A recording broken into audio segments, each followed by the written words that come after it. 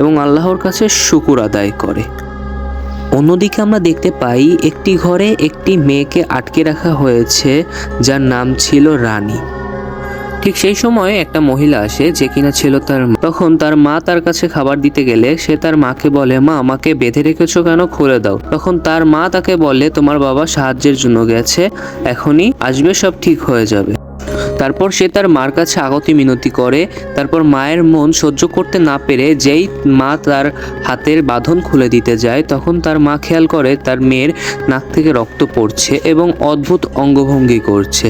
এইটা দেখে তার মা তো ভীষণ ভয় পেয়ে যায় এবং আমরা দেখতে পারি তার ভিতর পুরোপুরি শয়তান চলে এসেছে, অর্থাৎ তার চোখ পুরো সাদা হয়ে গেছে। এবং তার মা যখন সেই সময় পালাতে যায়, তখন হঠাৎ করে দরজা বন্ধ হয়ে যায়। মেয়েটির ভিতরে থাকা শয়তান বাঁধন খুলে তার মায়ের উপর হামলে পড়ে।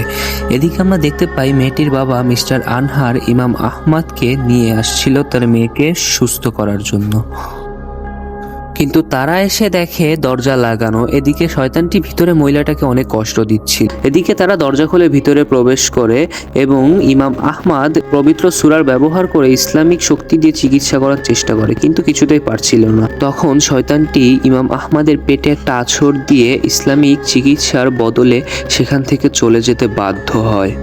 তাদের বাবা মা অনেক খুশি হয় আনহার যখন এটার জন্য টাকা দিতে যায় ইমাম আহমদকে, তখন ইমাম আহমদ তাকে বলে, আমি শুধুমাত্র একটা উসিলা, আল্লাহ না চাইলে আপনার মেয়েকে কখনোই ভালো করতে পারতেন না। তাই সে জানায় এর বিনিময়ে সে কিছুই নেবে না।